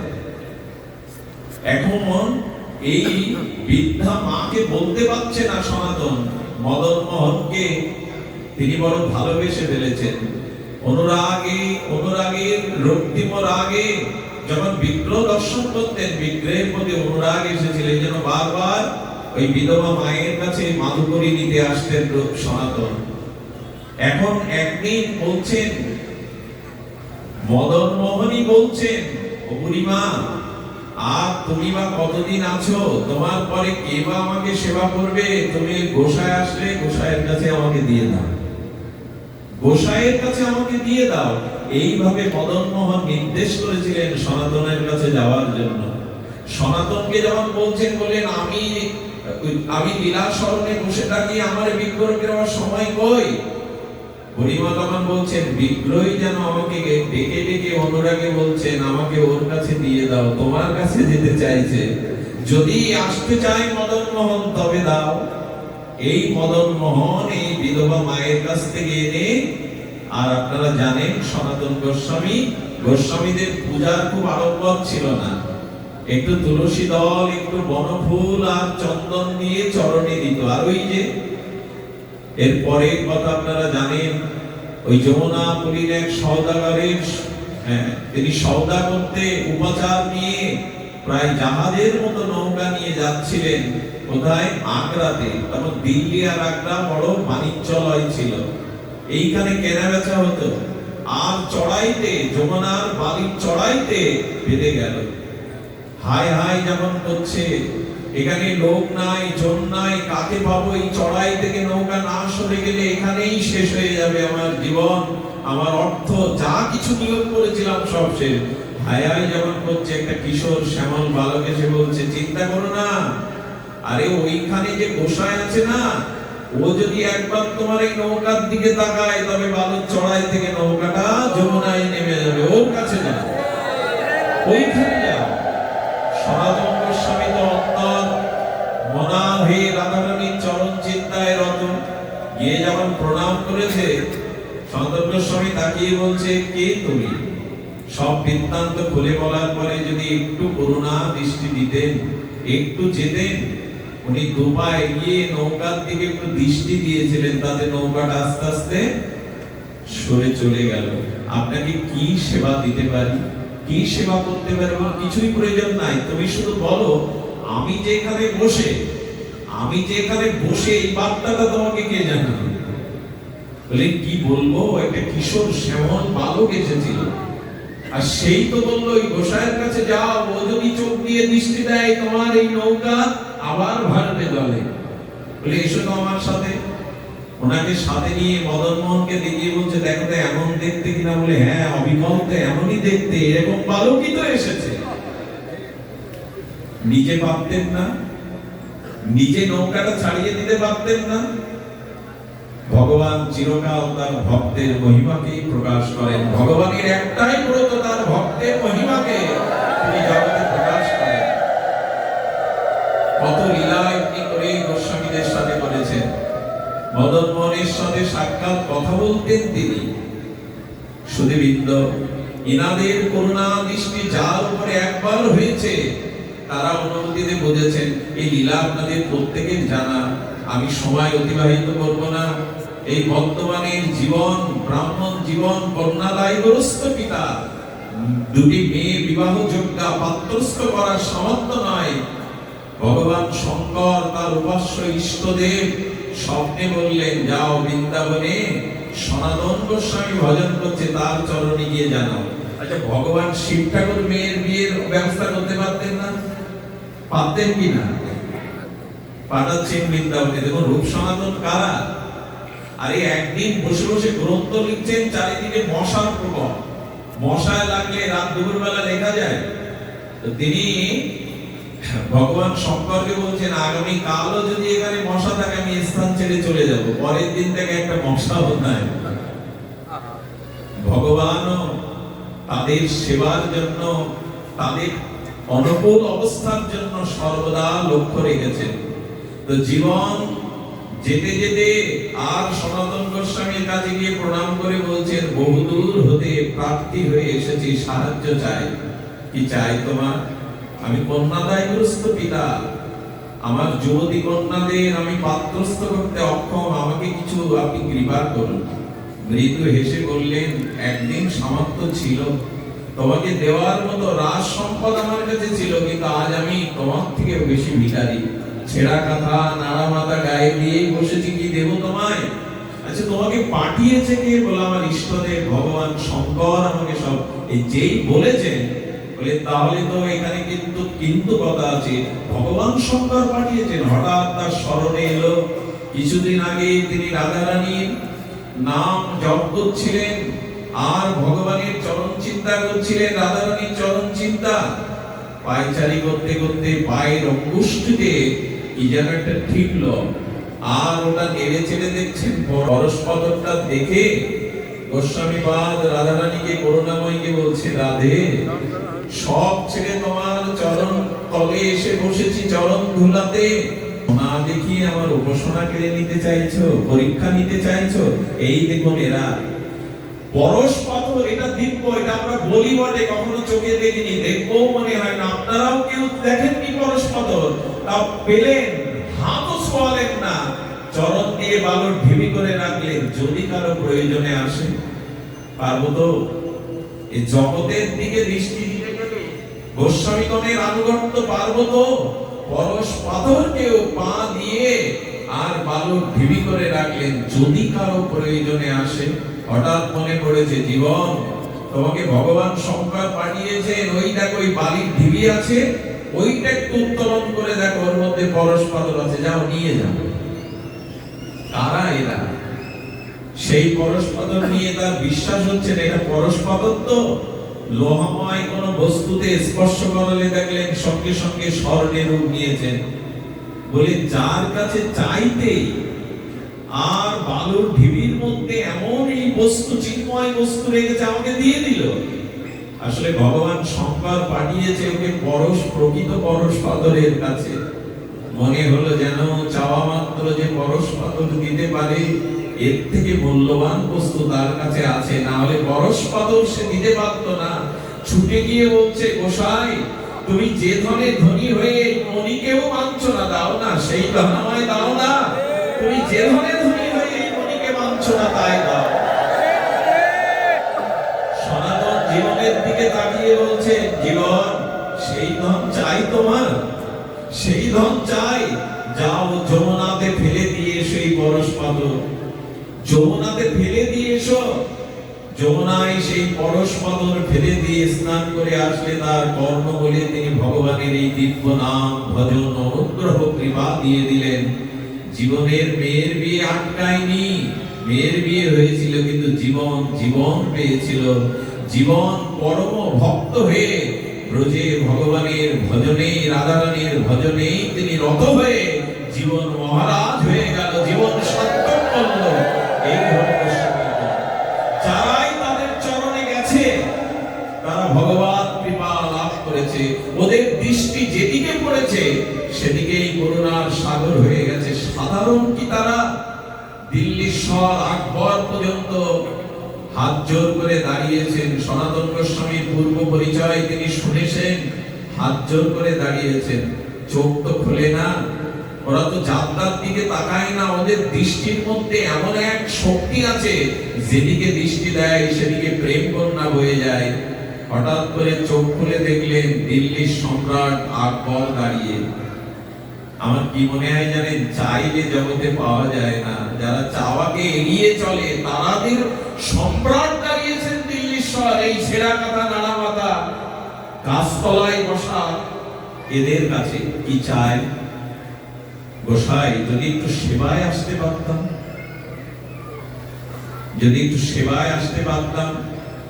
বলে দেখুন কি দিয়ে সেবা করবেন, কিছুই তো প্রয়োজন নাই, এখানে সেবার কোন দ্রব্যের আমার প্রয়োজন নাই, আপনি আসুন। কিন্তু বারবার সম্রাটের তো একটা সম্মান আছে, সম্মানী ব্যক্তিত্ব সম্মান দিতে হয়। বলেন আপনি এসেছেন, যদি কিছু করতে চান যান। সামনে যমুনার ঘাটটা প্লাস্টারটা চটে গেছে, ভেঙে গেছে, ওইটা একটু বাঁধিয়ে দিন। আচ্ছা আমি আপনার বাড়ি গেলে যদি বলেন বাথরুমটা পরিষ্কার করতে, কিছুটা অপমান বোধ করবো না আমি? তো সম্রাট আকবর দিল্লীশ্বর মনে করছে একটা প্লাস্টার করা ঘাট ভেঙে গেছে, তাই বাঁধাতে বলছে, এটা আমার অপমান না? আমি দিল্লীশ্বর, কোথায় বড় একটা মন্দির করতে বলবে, জগতের লোক দেখতে আসবে, তা না করে ঘাট বাঁধিয়ে দাও। ওই যে একটু কৃপা দৃষ্টি দিয়ে চোখ, মুদ্রিত চোখ উন্মিলন করে তাকিয়েছিল, ওতে সম্রাটের যে কৃপা হয়েছিল, তাদের কি দেখলো জানেন? গিয়ে দেখলো অপ্রাকৃত বৃন্দাবনের যমুনা পুলিনে কোথায় ভাঙা ঘাট, ওখানে চিন্ময় মণিমুক্তার খনি ছড়িয়ে আছে চারিদিকে যমুনার পাড়ে। যে মণিকণা সম্রাটের রাজভাণ্ডারে একটিও নাই। দূর থেকে প্রণাম করে বলেছিল, তোমরা যে রাজ্যের রাজা, সেখানে আমার মতো সম্রাট কাঙাল ভিখারির ন্যায় তোমরা যে রাজ্যে বাস করো, সে রাজ্যে আমার মতো সম্রাট ভিখারি। এই হলো আমাদের আচার্যগণ। কি ত্যাগ, কি বৈরাগ্য! রাত দুপুর বেলা লীলা স্মরণে কোন সিদ্ধান্ত এসেছে, কলম নাই, খাতা নাই, আলো নাই, আর আগুন জ্বালিয়ে কাঠে কলমের স্বরের কলম করে আর পাতাকে পুড়িয়ে কালি করে তাল পাতায় লিখে গেছেন এই ভক্তি রসমৃত সিন্ধু শ্রী বৃহৎ ভাগবতামৃতের মতো অনন্য এই গ্রন্থ সিদ্ধান্ত। লক্ষ শ্লোক, লক্ষ লক্ষ শ্লোক, এই মঞ্জরি ভাব সাধনা, এই ব্রজ রস উপাসনা, এই সার সিদ্ধান্ত ভগবত নির্যাস জানিয়ে গেলেন এত কষ্ট করে। সৌম্য মাঝে মাঝে বলে গ্রন্থগুলো রাখা আছে কিন্তু তার রস সাধনা আজ গ্রন্থ গোস্বামী গ্রন্থের অনুশীলনী আমাদের মধ্যে নাই। আমরা ঘরে সাজিয়ে রেখেছি অনেক কিছু, কিন্তু গোস্বামী গ্রন্থের অনুশীলন নাই। জেনে রাখুন, গোস্বামী গ্রন্থের অনুশীলন ব্যতীত গুরুদেব যে ব্রজের যুগল ভজন দিয়েছে কোনটাতেই জানা যাবে না, বোঝাও যাবে না, অনুভূতিও দুয়ার খুলবে না। লোক সনাতনের গ্রন্থ, গোস্বামীগণের গ্রন্থ যদি আমরা অধ্যয়ন না করি। আর কত কৃপা, জীব গোস্বামীর কৃপায়, মহাপ্রভুর কৃপায়, শ্রীনিবাস আচার্য, শ্যামানন্দ প্রভু, ঠাকুর নরোত্তম, তারা আমাদের ওই গোস্বামী গ্রন্থের সিদ্ধান্ত আমাদের মাথায় হৃদয়ে আমরা অনুভব করতে পারবো না বলে বঙ্গ ভাষায় প্রেম ভক্তি চন্দ্রিকা দিয়ে গেলেন। কিন্তু তাও কি আমরা অনুশীলন করি? তাতেও কি আমাদের গতিমতি হলো? এই আসা যাওয়া যেন যেন সার না হয়। এইগুলি যেন রূপ সনাতনের কত কৃপা, টের কদমে আজ কাল কোলাহলের দিনে যারা টের কদমে যান, বলি হারি গো, আজও যারা টের কদমে যান, দেখবে রূপ গোস্বামীর চোখের জল আর ভজন অনুভূতি ওই বাতাসে মেশানো আছে। আজও যে বৃক্ষের তলে বসে তিনি ভজন করতেন, টের কদমে কাল কোলাহলের দিনে এমন স্থান বৃন্দাবনে বড় বিরল। কিন্তু এবার গিয়ে দেখলাম সেখানেও দালান উঠছে, সেখানেও সব পাকা করে ঢেকে দেওয়া হচ্ছে। ওইখানে মনে আছে তো, বসে বসে হঠাৎ রূপ গোস্বামীর মনে স্মরণ এসেছে, যদি রাধারাইকে একটু পরমান্ন করে দিতে পারতাম, আজ কতদিন তো তাদের দেওয়া হয়নি কিছু। যেই চিন্তা করে চোখ বন্ধ করেছে, বালিকা ছুটে এসে, ব্রজ বালিকার বেশে ছুটে এসে বলছেন, গোসাই, আচ্ছা তুমি মাধুকরী করতে যাওনি কেন? মা তো আমাকে পাঠালো, দেখতো গোসাইয়ের শরীর খারাপ হয়েছে কিনা। আরে এই নাও, তাড়াতাড়ি নাও, একটু দুধ নাও, এই চাউল নাও, একটু কিসমিস নাও, এগুলো একটু পরমান্ন করে ভোগ লাগিয়ে পেও। একটু আগে ভাবলাম কে সামনে এলো, সেই অপরূপ জ্যোতির্ময়ী মূর্তিতে দেখছে নয়ন ফেরানো যায় না। চরণের দিকে তাকিয়ে দেখে মর্ত লীলা তো, প্রকট লীলা তো।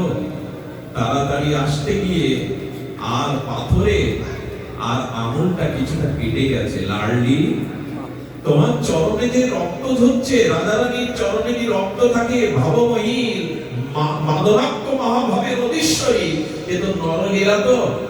তোমার চরণে যে বেজেছে, বলে তোমরা তো চোখ বন্ধ করলে আর খুলতে চাও না, তাড়াতাড়ি আসতে গিয়ে পা বেঁধে কেটে গেছে। ইস, পা কেটে গেল। বলে বাবা তোমরা এটা পেয়েও আমি চললাম। চলে গেল। একটু সেই পরমান্ন করে ভোগ লাগিয়ে দাদা সনাতনকে দিয়েছেন। গুরুরূপ শ্রদ্ধা করতেন, সিদ্ধান্ত তার কাছেই নিতেন। পরমান্ন যখন সনাতন গোস্বামী জিহ্বায় দিয়েছে, অষ্টসত্ত্বিক প্রেম বিকারে স্তম্ভিত ভাব এসে বলছে, রূপ, এই চাউল, এই দুগ্ধ উপাচার কে দিল তোমায়? কোথা থেকে পেয়েছো? এখানে অনেক দূরে, সেখানে তো এইসব লোকালয় নেই, কোথায় পেয়েছো?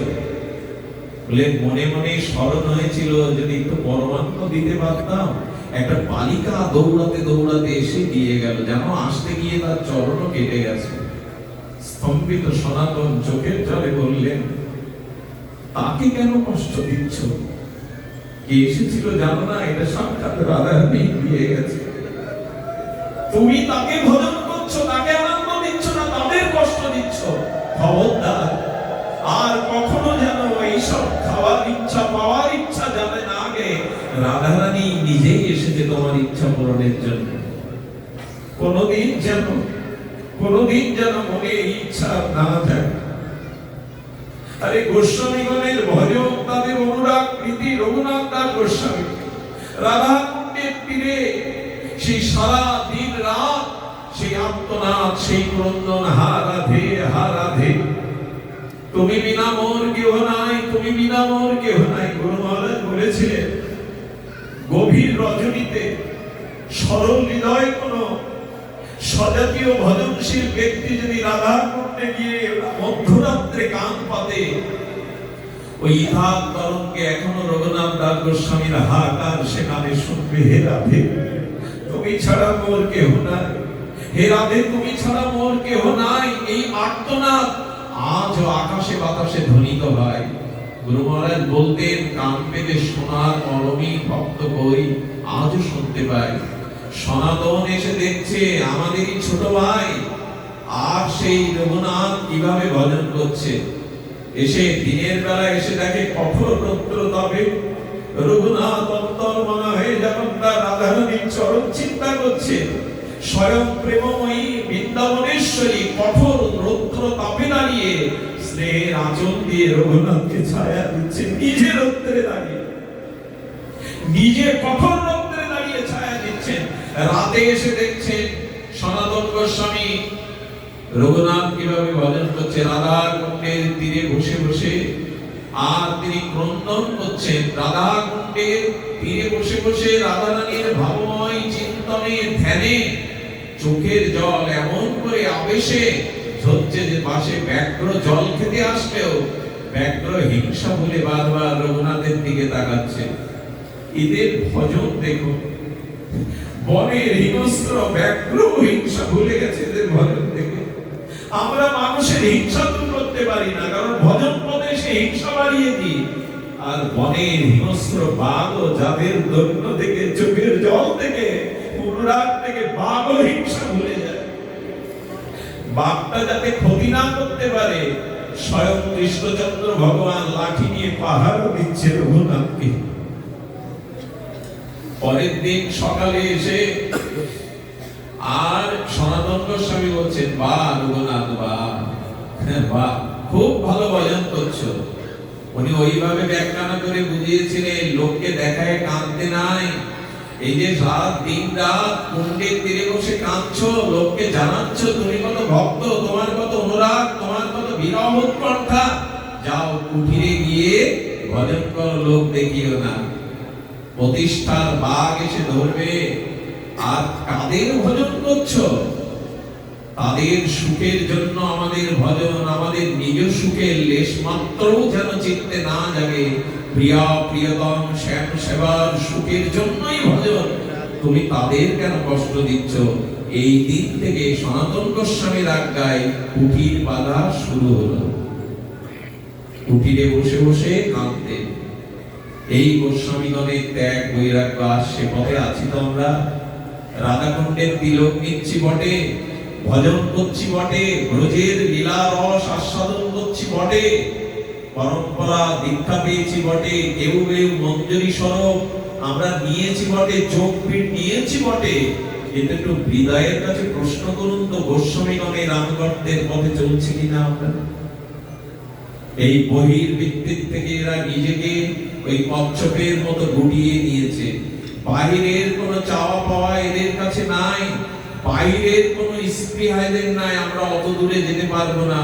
ওরা মহাপ্রভুর নিজজন, নিজ পরিকর। মহাপ্রভু তাদের দ্বারাই এই জগতে বৃন্দাবন লোকত উদ্ধার করেছেন, ভক্তির সার সিদ্ধান্ত জানিয়েছেন। আমাদের তাদের অনুকরণ নয়, কিন্তু একটু তো অনুসরণ থাকতে হবে, একটু তো ব্যাকুলতা থাকতে হবে। আজও কিন্তু তারা আছে। আমি খুব দৃঢ়কণ্ঠে একটা কথা বলে পাঠ বিশ্রাম রাখবো। রূপ সনাতন আজও এখানে আছে, আজও আছে। কিন্তু অনুরাগী দৃষ্টি নাই। তারা যেখানে চরণ ধুলি দিয়েছেন, এই বিশ্ব ব্রহ্মাণ্ড ধ্বংস হয়ে গেলেও এই জায়গার মহিমা, এই জায়গার চিন্ময়ত্ব নষ্ট হবে না। তারা যেখানে যেখানে চরণ দিয়েছেন, যেখানে যেখানে ভজন করেছেন, সেই স্থান চিন্ময় রূপ নিয়েছে, তারা আজও আছে। যদি বলেন তার প্রমাণ চাই, মনে পড়ে আমাদের এক সিদ্ধ বাবা, যিনি লীলা গুটিকা লিখেছিলেন। তিনি লেখাপড়া জানতেন না, লেখাপড়া বিশেষ প্রয়োজন, অধ্যয়ন স্বাধ্যায় এগুলি বড় প্রয়োজন, জানতে হয়। উনি এই লীলা স্মরণ করতেন আর চিন্তা করতেন, এটি যদি লিখে যাওয়া যেত অন্যদের কাজে আসতো। তখন তো গুরুমুখী এই যোগপীঠ ছিল, গুরুদেব সেবা দিতেন, বলতেন, শিষ্যরা তাই আস্বাদন সাধন ভজন করতেন। একটু লিখতে পারবো না, আমি তো লেখাপড়া জানি না। তাই মানস গঙ্গায় ডুব দিয়ে মরতে গেছে। হে সনাতন, তুমি যদি না জানাও, হে গোস্বামীগণ তুমি যদি না জানাও, তো আমি এই লিপিবদ্ধ না করলে এই লীলা যেটা তাদের স্মরণে আসে, এই লীলা অন্যরা কি করে জানবে? তাই ব্যথায় মরমে যখন মরতে গেছে, সনাতন আর ললিতার সখী প্রকাট হয়ে গেছেন। এই তো সেদিনের কথা, প্রকাট হয়ে গেছে। ওরা যায়নি কোথাও, ওরা এখানেই আছে, ওরা রাধাকুণ্ডেই আছে, ওরা ব্রজেই আছে, যায়নি কোথাও। লীলা তো নিত্য আর পরিকর নিত্য। দাঁড়িয়ে বলছেন মরে লাভ নেই। ললিতা সখী জিউ ভাই স্পর্শ করে অক্ষর দিয়ে দিলেন, সেই থেকে সিদ্ধ বাবার বিদ্যা স্ফূর্তি হলো। তিনি এই নিত্য মঞ্জরি সাধনার যে লীলা, অষ্টকালীন লীলা তালে বিবদ্ধ করে গেলেন। আজও তারা আসে এখানে। যদি কোনো মরমী ভক্ত এসে সরল হৃদয়ে আজও চোখের জলে সমর্পিত হয়, তবে এখান থেকেই তাদের করুণা কৃপা বর্ষিত হয়। আজও তারা আছেন, আজও তারা এমনি করে আছেন। এই রূপ সনাতন, তারা ব্রজনিষ্ঠ, ধামনিষ্ঠ, ব্রজের বাইরে তাদের গতিমতি ছিল না। মহাপ্রভু বলতেন কাঙাল হয়ে থাকো। কাঙালের দৃষ্টান্ত কি দেব? নিজের কম্বলটাও পর্যন্ত দিয়ে ভিখারির কাছে ছেঁড়া কাঁথা গায়ে দিয়েছিলেন তিনি। কত বড় ত্যাগ তাদের! মনে আছে চন্দ্রশেখর ভবনে, এই বারাণসীতে চন্দ্রশেখর ভবনে স্নান করার পর একটা নতুন কাপড় দিচ্ছিলেন সনাতনকে, এই কাপড়টা পরতে। বললেন অধিকার নেই আমার, তুমি এক কাজ করো, তোমার পরিধেয় কোনো প্রসাদী বস্ত্র আমায় দাও। সেই পুরনো বস্ত্রটা দুভাগ করে এক ভাগ অঙ্গে এক ভাগ গাত্রে জড়িয়ে মহাপ্রভু সামনে বসেছিলেন। এরা এই সেই রূপ সনাতন। সুধীবৃন্দ, আমার বলবার মতো তত্ত্ব, ভাষা, শাস্ত্র জ্ঞান নাই।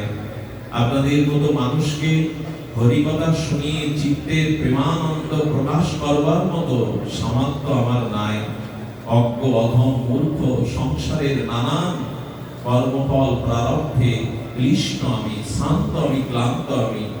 যে আশা নিয়ে বুকে করে এসেছিলেন হরিকথা আনন্দ রস পান করবেন, তার সামর্থ্য যে আমার নাই। ভিখারির কাছে কিছু চাইলে পাওয়া যায় না। ভিখারি কি দেবে আপনাদের? সংসার জ্বালায় দিন রাত কর্মফলে যে জ্বলছে, এই বিষয় নদনামার কীটে যে পড়ে আছে, তার কাছে রূপ সনাতনের কথা মানায়। এই জিহ্বা কোটি জন্মেও সমাপ্ত পাবে না রূপ সনাতনের ত্যাগ বৈরাগ্যের কথা জানাবার জন্য। রূপ সনাতনের ত্যাগ বৈরাগ্যের কথা বলবার অধিকারী জীবের ওই বিষয় অসক্ত, বিষয় কথায় রত এই জিহ্বা কি করে রূপ সনাতনের কথা বলবে? এই ছয় গোসাই যার, মই তার দাস, তা সবার পদের মোর প্রাঞ্চ দাস। হে রূপ, হে সনাতন, এই ভজস্থলিতে তোমরা নিত্য বিরাজিত। লীলা যদি নিত্য হয়, ভজন যদি নিত্য হয়, আজ তোমরা আছো। হে রূপ সনাতন, হে আচার্যপাদ, হে মহাপ্রভুর মনোভীষ্ট পূরণকারী, তোমাদের ত্যাগ বৈরাগ্য, তোমাদের ভজন মহিমার করুণা দৃষ্টি একবার আমাদের দিকে দাও। তাকিয়ে দেখো আমরা কত জ্বালায় জ্বলছি, আমরা কত বিষয় বন্দনায় পড়েছি। একবার দৃষ্টি দাও আমাদের দিকে। তোমরা তো করুণা নিয়ে এসেছিলে, কৃপার সাগর হয়ে এসেছিলে। আমি যোগ্য না হলেও, আমি আধার পাত্র না হলেও, তোমরা তো পথিক পাবন লীলায় এসেছিলে, করুণার সাগর হয়ে এসেছিলে। তোমরা কৃপা দৃষ্টি দাও।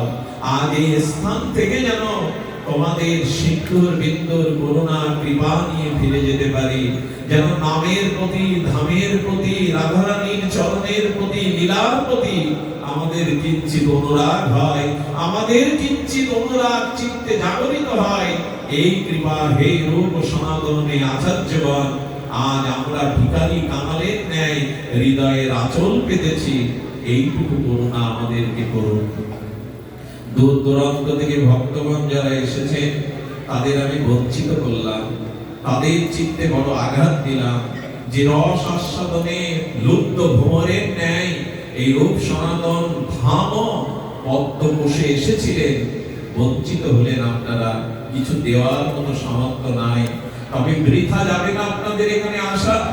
যাওয়ার আগে একটু ধুলি আপনাদের অঙ্গে বুকে মাখিয়ে নিয়ে এই অনুরাগ নিয়ে গিয়ে ফিরবেন, যাতে রাধারানীর প্রতি, যুগলের প্রতি আমাদের কিঞ্চিত অনুরাগ জাগ্রত